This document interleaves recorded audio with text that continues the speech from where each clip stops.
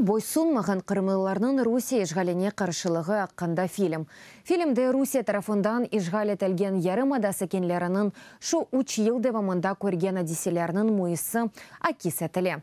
Ғайым Уэлифы Украина хабер сесеті назерінің муавины Эмине Джаппарова.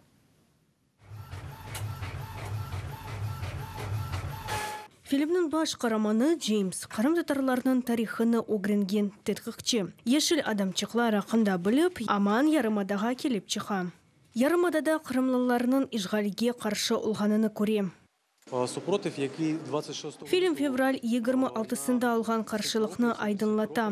О вақыт Ахмеджет меркезінде Украина мұстақылығының ватанперверлері бұлар Қырым-татар ве украинлер наразылыққа шыққан еді. Фильмді ағыр вақытлары соғақларға шықмаға қорқмаған инсанлар көстеріле. Фильмнің тақдымы мұстақылық санаты лихасының açılışыдыр.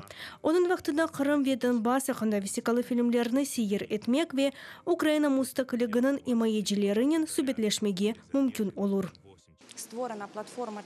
Мұнасибет платформасыны құрмақ үшін бұлиханы азарладық.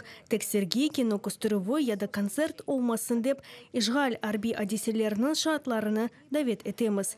Инсанлар келіп оларнен субетлешсін. Аққатны білсін. Лиха девамында Қырым қаршылық Донбасс ақында лаф етежекміз. Крым – это орден на груди планеты Земля.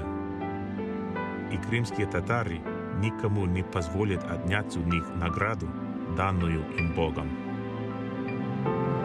Я уверен, Крым ждет прекрасное цветущее будущее, и мы должны строить его уже сегодня.